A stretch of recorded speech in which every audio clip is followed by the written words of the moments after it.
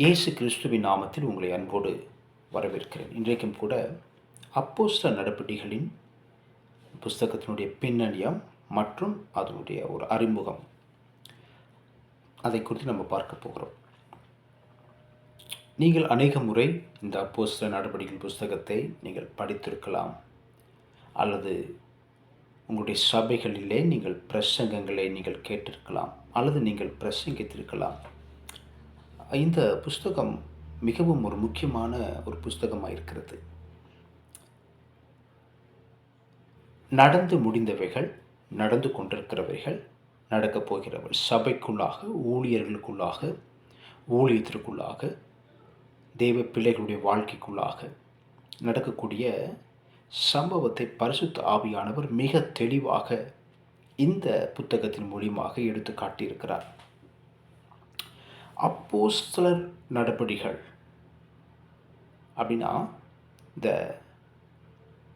Acts, செயல்கள், அப்போஸ்தலர்களுடைய வாழ்க்கையில் தேவன் அவர்களை பயன்படுத்தின முறைமைகள். அதே நேரத்தில் இந்த புஸ்தகத்தை நம்ம இப்படி கூட சொல்லலாம், the acts of the holy spirit, பரிசுத்த ஆவியானவருடைய நடபடிகள் அப்படின்னு சொன்னது ஆக்ட்ஸ், செயல்கள். ஓகே, பரிசுத்த ஆவியானவரை குறித்து நம்ம வேதத்தின் முழுவதிலும் நம்மளால் பார்க்க முடியும். ஆதி ஆமத்தை பார்க்கிறோம், ஆவியானவர் ஜலத்தின் மேல் அசைபாடி கொண்டிருந்தார் என்று முதலாக அந்த ஆவியானவரை குறித்து நம்ம அறிந்து கொள்ளுகிறோம். ஆனாலும் அதிகப்படியான ஒரு வெளிப்பாடு தேவ பிள்ளைகளோடு, தேவ ஊழியங்களோடு, தேவனுடைய ஊழியர்களோடு அதிகப்படியான பரிசுத்த ஆவியானுடைய வெளிப்பாடு புதிய ஏற்பாட்டில் அதிகமாக விளங்குவதை நம்ம பார்க்க முடியும். விசேஷமாக இயேசு கிறிஸ்து அவருடைய மரணத்துக்கு பிறகு மரித்து 3ஆம் நாள் உயிரோடு எழுந்து அவர் சென்ற பிறகு பரிசுத்த ஆவியானவர் நமக்காக அவர் அனுப்பி வைத்திருக்கிறார். ஆக பரிசுத்த ஆவியானுடைய அந்த செயல்கள், அவருடைய ஊழியங்கள், அவருடைய வல்லமைகளை மிக அதிகமாக இந்த புஸ்தகத்தின் வாயிலாக நம்மால் அதை அறிந்து கொள்ள முடியும். நாமும் கூட பரிசுத்த ஆவியின் வல்லமையினாலே நிரப்பப்பட்டவர்களாக இருக்கிறோம் இந்த புதிய ஏற்பாட்டின் காலகட்டங்களிலே. ஸோ இன்னும் அதிகமாக அதில் பலப்படும்படியாக என்ன செய்யணும், நாமே ஒப்பு கொடுக்க வேண்டும். ஓகே, இந்த அப்போஸ்தலர் நடபடிகளின் புஸ்தகம், இதனை எழுதியது, இதனுடைய உண்மையான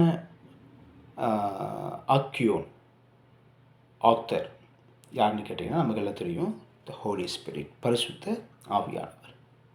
பரிசுத்த ஆவியானவர் மூலியமாக ஏவப்பட்டு யார் எழுதினார் என்று சொன்னால் லூக்கா. இந்த லூக்கா யார்? லூக்கா யார் என்றால், லூக்கா எழுதின சுவிசேஷ புஸ்தகத்தை எழுதியவர். அவர் ஒரு மருத்துவர்.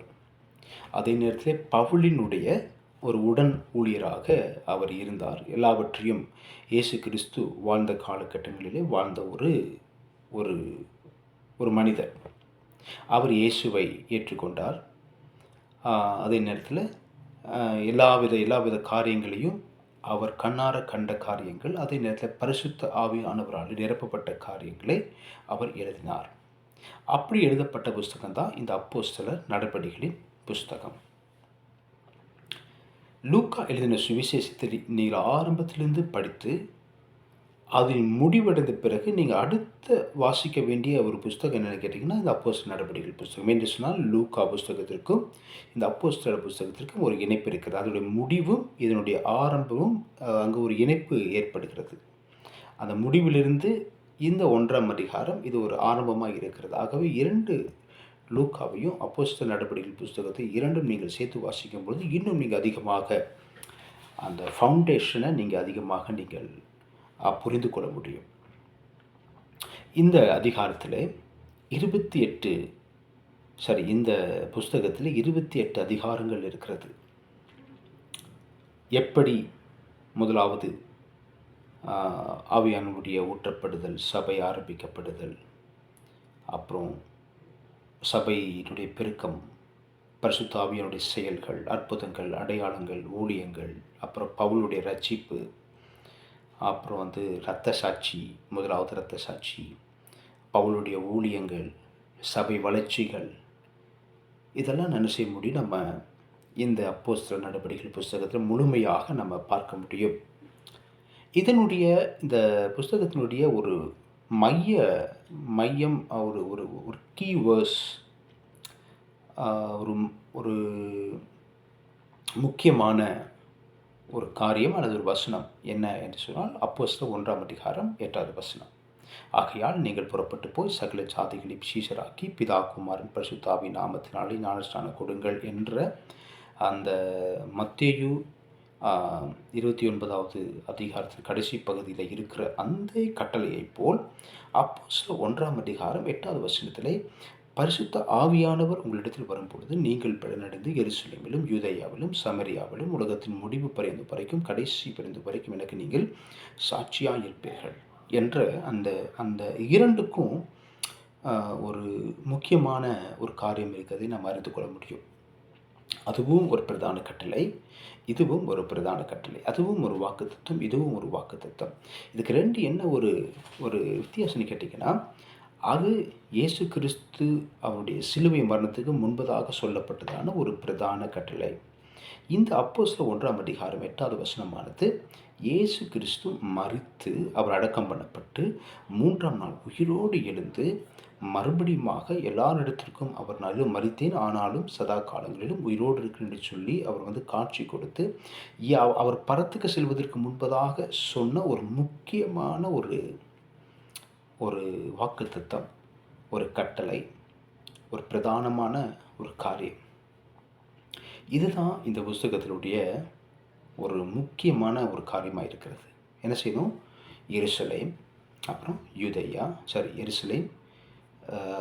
எருசலேமிலும் சமரியாவிலும் அப்புறம் யூதேயாவிலும் உலகத்தின் கடைசி பரியந்த வரைக்கும் எனக்கு நீங்கள் சாட்சிகளாக இருப்பீர்கள். சாட்சி என்ன செய்யணும்? சுவிசேஷம் எல்லா இடத்துக்கும் எடுத்து செல்லப்பட வேண்டும். எருசலேம் மட்டுமல்ல, சமரியா மட்டுமல்ல, யூதேயா மட்டுமல்ல, உலகத்தின் எல்லா இடத்திற்கும் சுவிசேஷம் கொண்டு செல்லப்பட வேண்டும் என்பது இயேசு கிறிஸ்துவுடைய அவருடைய அந்த ஒரு மிஷன், அவருடைய அந்த ஊழியத்தினுடைய ஒரு ஒரு குறிக்கோள் அதான் இருக்கிறபடினாலே இந்த புஸ்தகத்தில் அது நிறைவேறுவதை என்ன செய்ய முடியும்? நம்ம பார்க்க முடியும். இது எழுதப்பட்ட அந்த காலமானது கிறிஸ்து பிறப்புக்கு பிறகு 60லிருந்து 63 வரைக்கும் இடையே உள்ள காலத்தில் இந்த புஸ்தகம் எழுதப்பட்டிருக்கிறது. ஸோ இதனுடைய எழுதப்பட்ட இந்த இந்த காலங்கள் இயேசு கிறிஸ்துவுடைய அவர் மரணத்துக்கு பிறகு எழுதப்பட்டது என்பது அதிகமாக நம்ம புரிஞ்சு கொள்ளணும். மிக முக்கியமான சம்பவங்கள், முக்கியமான காரியங்கள் எல்லாம் இதில் அதிகமாக நிறைவேறி இருக்கிறது.